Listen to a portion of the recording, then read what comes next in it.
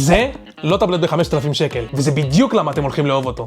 כיוצר תוכן, אני עובד המון עם טאבלט. לאחרונה, הטאבלט שלי הפסיק להגיב, והתחלתי לחפש אלטרנטיבה. הבעיה שהתקציב שלי והמחירים בפועל של הטאבלטים הם שמיים בארץ. אחרי חיפוש מעמיק, הגעתי לטאבלטים של דוג'י. ותקשיבו טוב, דוג'י זה מותג למי שמבין בטכנולוגיה ולא מוכן לשלם רק על הלוגו. הם מביאים מפרט של פרימיום במחיר שמפתיע אותך.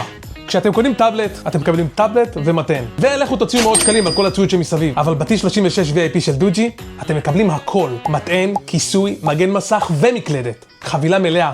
אתה פותח ומתחיל לעבוד. והנתונים לא פחות טובים. הוא מגיע עם מסך 12 אינץ' פול HD פלוס עם 90 הרץ, חלק בטירוף, 8 ג'יגאבייט רם ו-256 אחסון, שאפשר להרחיב עד 2 טראבייט כמובן. אנדרואיד 15, וי-פיי 6 וגלישה סלולרית 4G.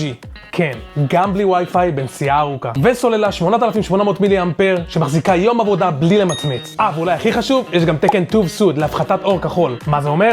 שבזמן שאתם משתמשים בטאבלט שלכם, הוא שומר על העיניים שלכם. זה מה שאני אוהב בדוג'י. עוצמה טכנולוגית, נגישה לכולם. לא מותג ראוותני, מותג לאנשים חכמים. אז אם אתם לפני רכישה של טאבלט, תיכנסו לטאבלטים.co.il ותרכשו לכם טאבלט של דוג'י. לא תתחרטו, זו הבחירה הכי טובה שתעשו.